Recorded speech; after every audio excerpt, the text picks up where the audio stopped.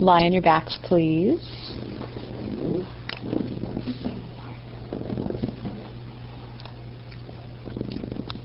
So today's lesson is a version of frog legs and side bending. That should stimulate some curiosity. And as you lie there on the floor, where does your curiosity go? What can you be curious about? What's interesting about this moment, lying on the floor, preparing yourself to listen to your body in new ways, new explorations, new discoveries, new opportunities? Is there anything curious about noticing the difference between your right and left sides? Discovering that sometimes the back of one shoulder feels very different than the back of the other shoulder.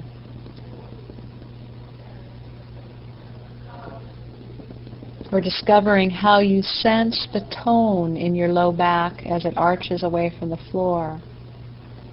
And for you, maybe the tone on the right side and the left side feels the same, and yet there's a curiosity that what would that be like for other people who might be experiencing differences from the right and left sides.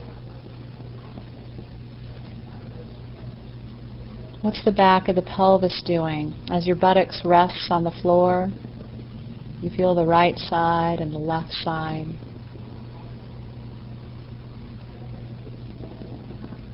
And what's your sense of the length of your right leg from the hip all the way down to the heel, and the left leg from the hip to the heel? And when I say hip, where in your sense of yourself is your hip? So take a moment and put your hands on where you think your hip joint is, where the leg bone connects to the pelvis. Most often in our language, I've got a class full of ordained students who all know where their hip joints are. But for you on the CD, most of the time we inaccurately point to various places on our pelvis as our hip joints. And the hip joint is actually at the crease of the leg. If you're not quite sure, just bend your knee up and down a little bit and find that where it bends, the place where it bends. It's usually quite a bit lower than most people realize. It's also quite a bit narrower than most people realize, in that if you've seen the image of the skeleton, the leg bone comes out to where most women complain of the size of their thighs. It's actually part of your skeletal structure to get wide up there. And then it angles in to connect into the pelvis. The actual distance of the innermost part, hip joint to hip joint, is about the same distance as your jaw joints, your TMJs. So place your hands on your jaw joints just in front of your ears and earlobes. You can kind of wiggle your jaw a little bit to feel it. And then just draw a line straight down past your belly button to the crease of your legs. And this might come as a new surprise, a new curiosity that you've spent your entire life as a child and an adult never really knowing where your hip joints are. What a wonderful thing to discover. And you might even go ahead and rest your hands back to the floor. So go back just for a moment to the comparison of the length from the hip joint to the base of the heel, the length of the right leg, and compare it to the length of the left leg. Some people have actual leg length discrepancies, shortened legs, and other people have functional, not structural, but functional leg length discrepancies because of how they've learned to hold in their pelvis or their ribs or their trunk. The muscles actually raise one side up. And in these lessons, we bring more balance to those asymmetries when they're functional. but not when they're structural. So just bring your attention to your right leg and just roll it in and out a few times and feel the quality of your leg. Feeling your knee go in and out, your foot point inward and outward. And having a sense that there's a ball and socket joint of that thigh bone connecting into the pelvis, and it's rolling in there. It's a wonderful mechanism for huge ranges of movement in the hips. And then rest the right leg and just slowly explore how it feels to roll your left leg in and out. And pay particular attention. Is there a different quality? Be gentle with yourself. The gentler you are, the more subtleties you have the opportunity to feel. So gently rolling your left leg in and out. Just notice for the qualities of that rolling.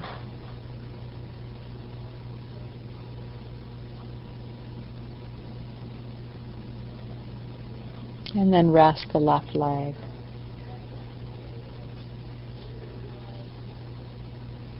And a couple times gently roll your head left and right, just feeling for the first place of resistance, the first place of effort. How easily can your head just lob from side to side, like a big melon, the 15-pound melon that it is.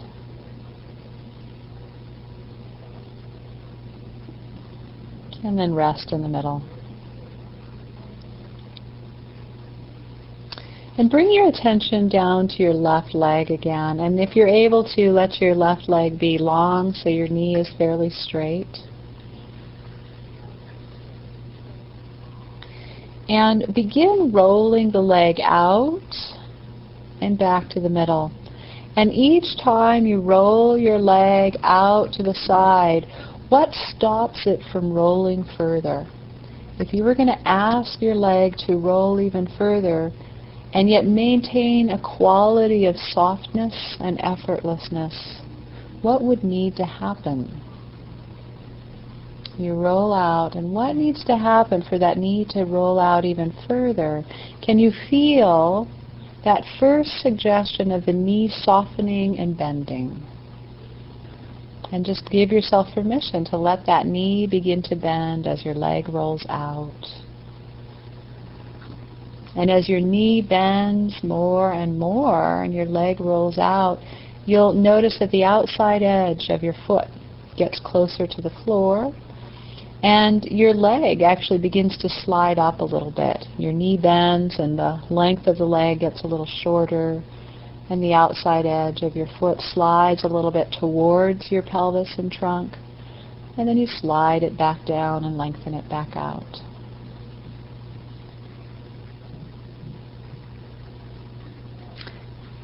And what else is happening? As you have your attention mostly on your left leg, what happens in the rest of your trunk with this movement?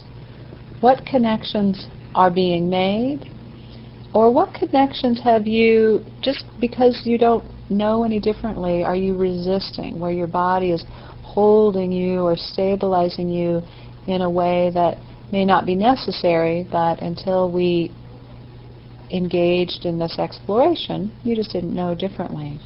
So what's happening in the ribs on your left side as your knee and foot slide up and down?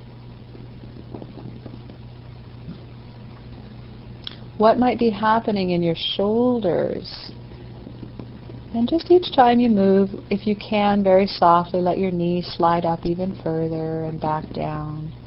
How far up your trunk, your spine, maybe even to your neck and head, can you feel the influence of sliding your leg, bending your knee up and down? And if you have a history of feeling unstable in your knee or your hip or your low back, what do you do to take care of this? How do you revise the movement so that it's healthy for you? It may not be exact to my instructions, but it's exact to your desire to learn how to take care of yourself and listen to what's best for your body. Because ultimately you know what's best for your body by your sensations, not by what the teacher thinks you should do. That you learned so well, at least by the age of 6, to do. Bring your leg all the way down and just rest. And feel. What are the sensations now lingering in your left leg after these subtle movements? And compare those to your right leg.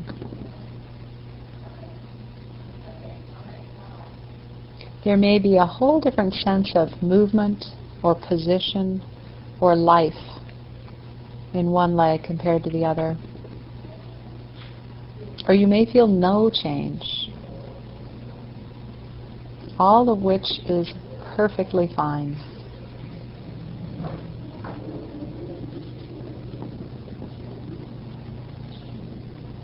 Now, bend both of your knees up one at a time.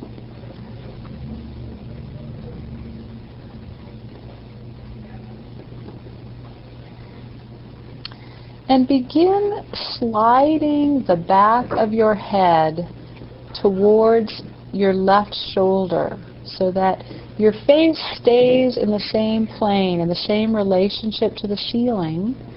And you're just sliding the back of your head so that your left ear gets a little closer to your left shoulder. And then just bringing it back in place. This does not need to be a large movement, just a soft sliding and coming back. And depending on the texture of your hair and your mat or the floor, wherever you are, you may have to lift just a little bit to get a nice glide and slide, but make it as light and effortless as possible.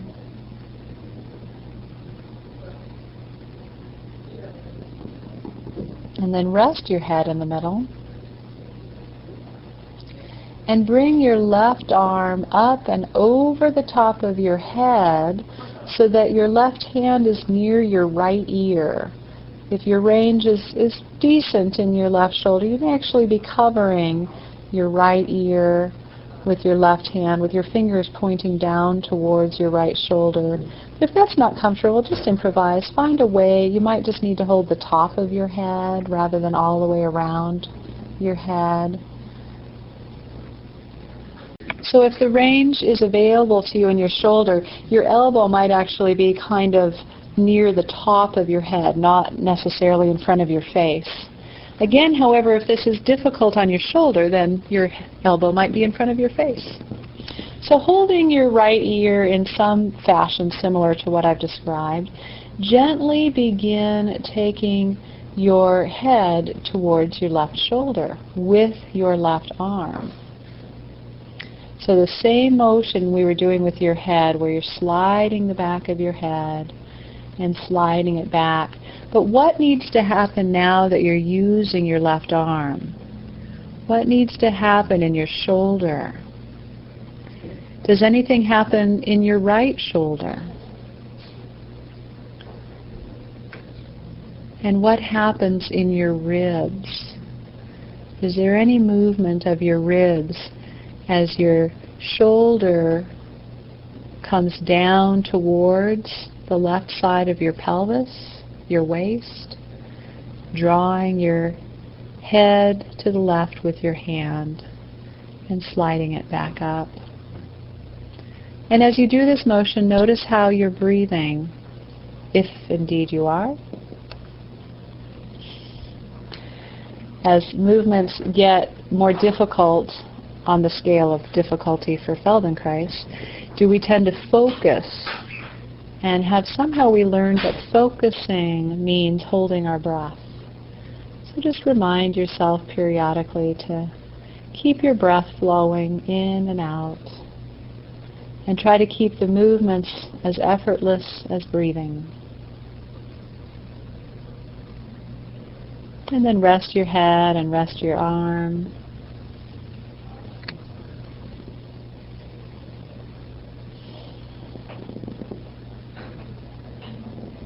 And again, feel for any differences in sensations in your left arm compared to your right arm, your left shoulder, left and right sides of your neck and face. And bring your attention back to your left leg. Let it long again.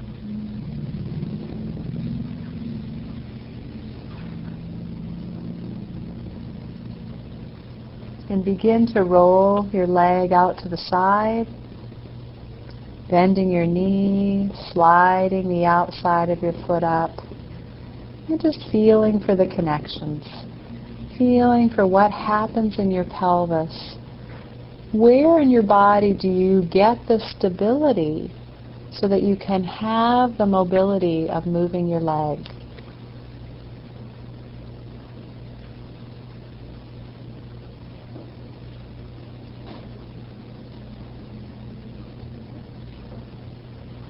And if you keep drawing your leg up with your knee out to the side, eventually it'll be at a point where it'll just feel natural with your knee bent to bring it up to a standing position. So your foot becomes flat on the floor and your knee is bent up towards the ceiling.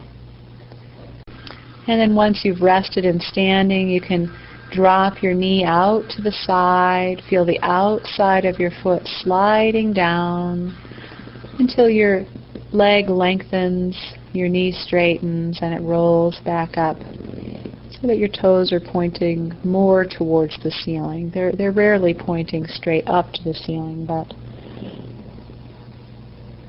they're in the upward direction. And just continue doing that, rolling it out, sliding the leg up, finding ways to make it lighter and lighter, easier and easier. Feeling what happens in your ribs, in your shoulders, even in your head. Is there a desire for your head to want to slide or turn a little bit? How can the rest of your body help make this movement easier and easier? More and more graceful.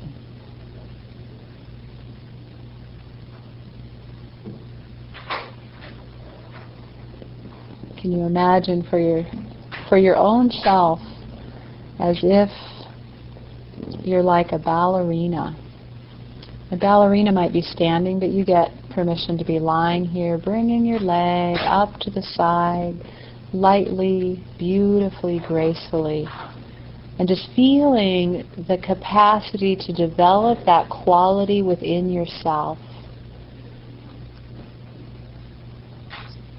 We might never put you on stage like a ballerina, but that doesn't mean you can't walk around with that sense of beauty.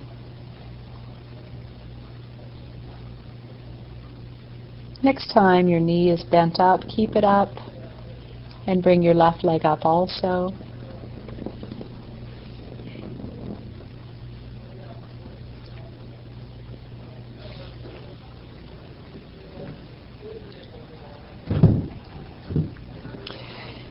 And then begin sliding your left hand down towards your left foot.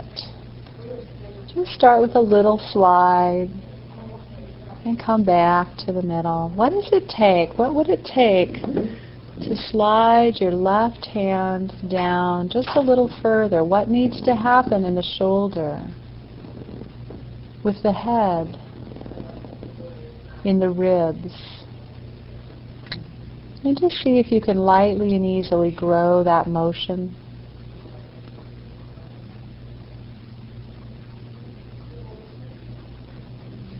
What if you were to bend your knee a little more, bring your foot closer and closer to your buttocks? So that for some of you it might actually become possible to brush your heel with your fingertips. And others of you, give yourself permission to just imagine. Imagine what it might take in your trunk, with your pelvis and your shoulder, while you breathe yourself into the imagination of touching your heel with your fingertips.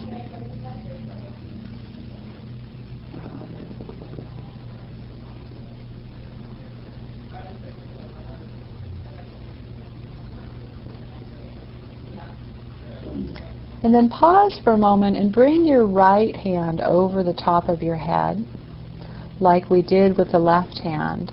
So the elbow is over the top of the head, and the left hand, or the right hand is towards the left ear, or covering the left ear, depending on your shoulder comfort.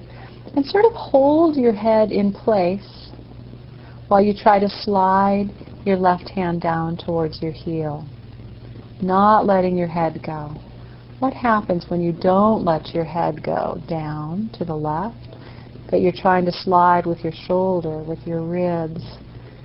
Is there any way to get the left hand in proximity of the foot without letting the head move?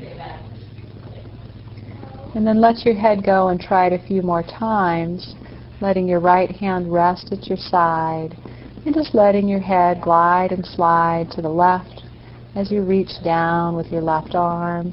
And feel how the left shoulder gets closer to the pelvis, how all the ribs on the left side get closer to each other. And simultaneously, the ribs on the right side open and expand. It's like an accordion. One side closes, the other side opens. No longer do you need to have an image of a rib cage. You now have a rib accordion, which is much more accurate than the cage you were given in your mind at some point in your life. And then let your legs down, arms down, and just rest. Where does well-being live in you now? Notice if during the rest breaks your mind jumps on the brain pain superhighway and goes to check it out. How's my pain doing? How's my pain doing? How's my pain doing? And notice the capacity to excavate the side roads to wellness, to well-being, to sensations in your arm, your leg, your hips, your ribs, your breath.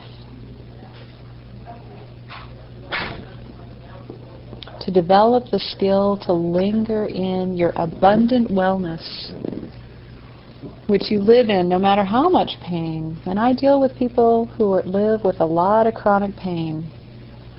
No matter how big or little or consuming your pain is, you still reside in a physical being with more wellness than that pain represents. It just takes more focus, the more pain you have, to choose to feel the wellness. Bring your attention back to your left leg, and a couple more times. Maybe don't come all the way up to standing your left foot on the floor the first time.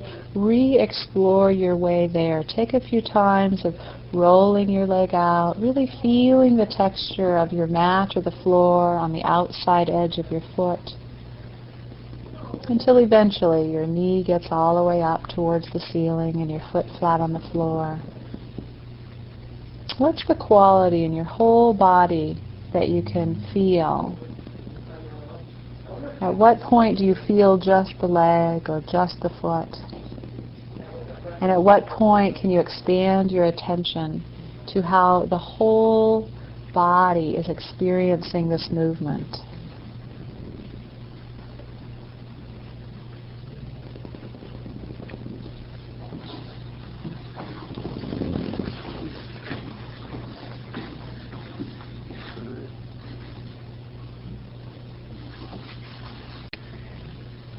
And what's the feeling that's evoked in you besides the sensations of movement? Is there any emotional feeling of feeling just the knee or just the foot or just the ribs? And then what feeling might you associate with feeling how your whole body is beginning to move in harmony? And do you bring more attention to what is moving in harmony or what's not moving in harmony? What's your habit?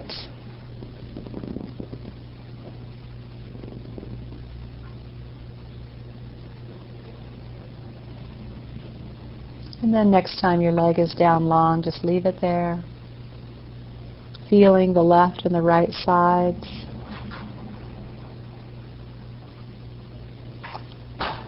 And feel the whole left side. What sensations would you use to describe how your left side is resting on the floor?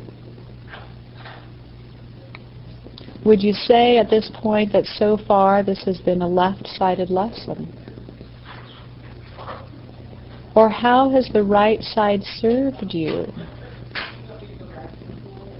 Remember, in everything that we do, we have both stability and mobility. One is not more valuable than the other. Stability and mobility, both valuable. High tone and low tone. It's about choices. So a couple of times, like we did at the beginning, just roll your left leg in and out a little bit. Looks like you're flopping it in and out a little bit. Not so much with the knee bent, but just a little rolling in and out, a little flopping. Just notice how that feels now. And then try it a few times with your right leg and notice if there are any differences. Are there more differences now than there were at the beginning? And then move into beginning to practice this new movement with your right leg.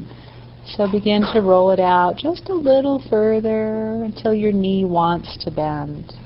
You don't bend it. The knee is just invited to bend because your hip is rolling your leg out.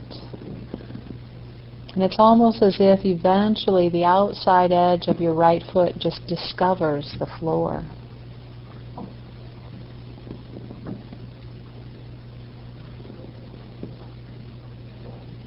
And if you're turning this lesson into a stretch of your inner thigh, it can do that. That's a nice thing. But don't let the sensation of the stretch, which can be a very strong sensation, don't let it overwhelm all the other sensations of connection, of your hip rolling in your hip joint, of your leg inviting the bending of your knee and sliding your foot towards your buttocks.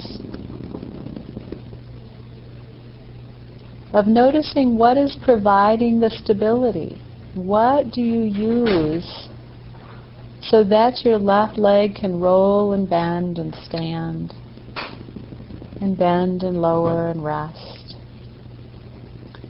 And can you actually access that stability even better so that the movement in your right leg can become lighter, smoother, easier?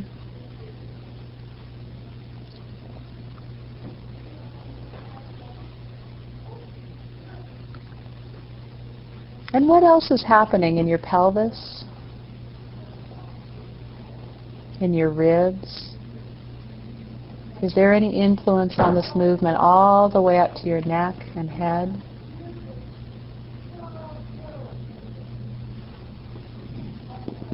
And then go ahead and bend your leg all the way up and leave it there.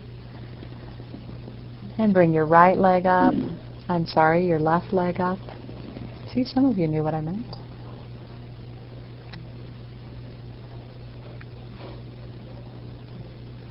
Feel your breathing.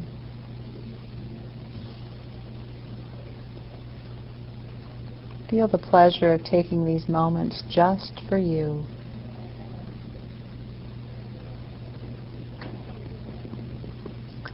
And with your right arm on the floor, your palm down, begin just sliding your right hand and fingertips towards your right heel.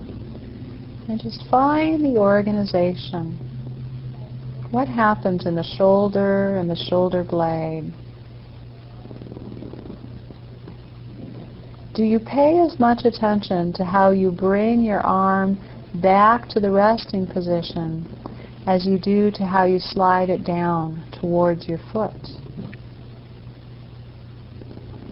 In our culture, getting there is usually what's important. But in understanding how we move and learning to have choices that empower us towards healthier movements, how we come to rest can be most valuable.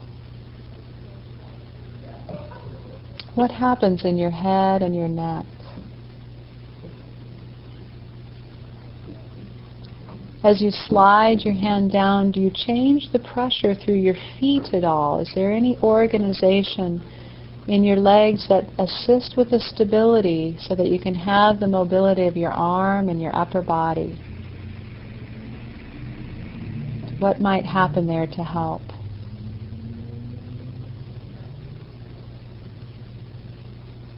And what about those accordion ribs?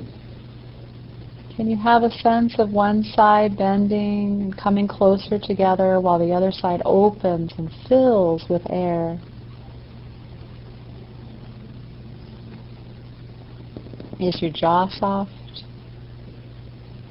Is your breathing smooth and light?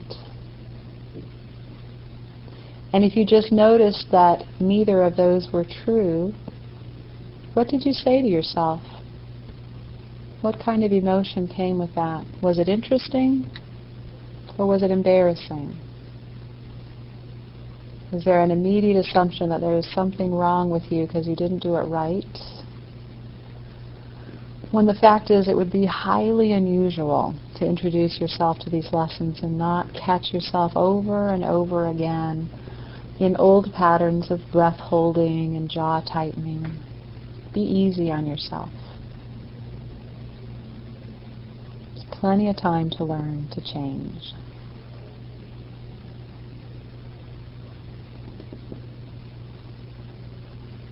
And next time your arm is back at neutral, just rest for a moment.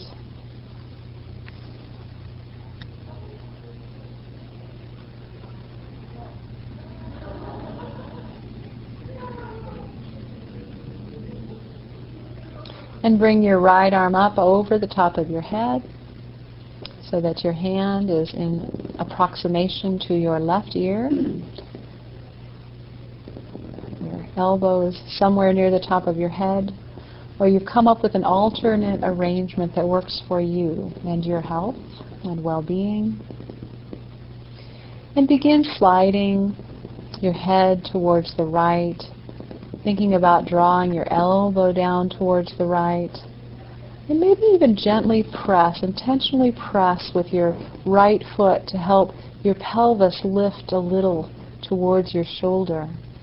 So your arm and shoulder are being drawn down, but your pelvis on the right is being drawn up a little bit to exaggerate that accordion, to exaggerate that narrowing of the ribs on the right side. And you could even notice what goes on in your left shoulder, your left hip, to bring more emphasis to the opening of the ribs on the left.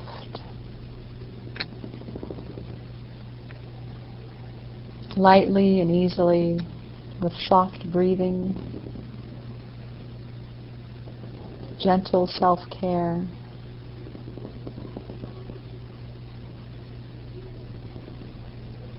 And then as you slide your head to the right, can you roll your eyes to the left?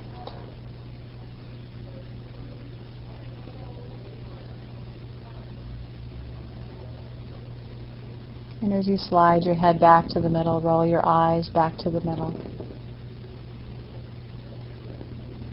While keeping your jaw soft, your breathing full.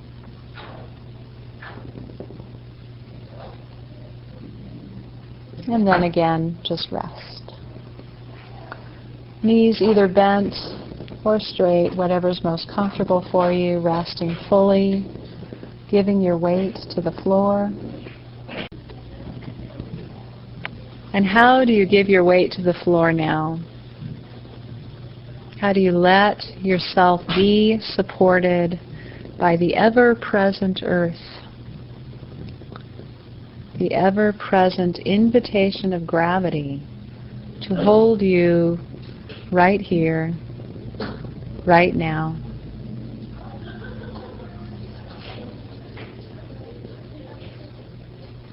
Bring your attention back to your right leg. Let it be long if it's not already. And let your left leg be long. And gently roll your right leg out to the side, letting your knee bend, the outside of your foot slide, bending your right knee up. And then keeping it there and bringing the left leg to join it. So that the knee is all the way up towards the ceiling. The knees are. And then let the right leg out. Let the right edge of your foot slide down until your right leg gets long. And let your left leg join it. And just alternate in this way. Right, left.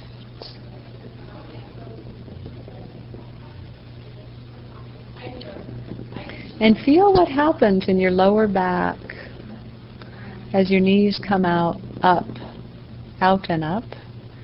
And as your knees go out and down, feel what happens in your trunk, in your spine, in your shoulders. As one side moves and the other provides stabilization, and then the other side moves, feel how those movements alternate within you. The opportunity for mobility and stability. And just play with it. Play with different configurations. You can bring one all the way up and down, and then the other one up and down. If it's light and easy for you, you might even play with bringing them both up and then both down. It takes a different organization in your back, so really listen if that's something helpful for you to play with or not. How light and easy, up and down, one and the other and the other. What's happening in the shoulders, the ribs, the neck, the jaw, the breath, your whole being.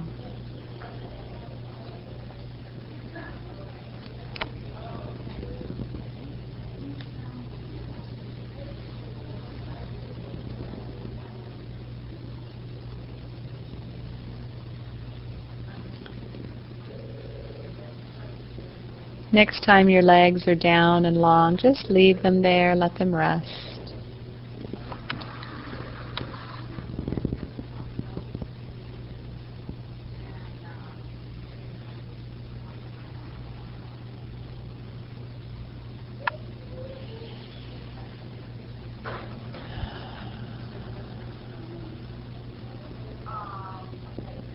And just roll your right leg just a little in and out, not so the knee bends, but just so you feel that ball and socket hip joint rolling easily. Just a little wobble, wobble, wobble, wobble. There you go. And then wobble the left leg. And just see how your wobbly legs feel now. Gently roll your head left and right. And just notice any changes in your experience of yourself.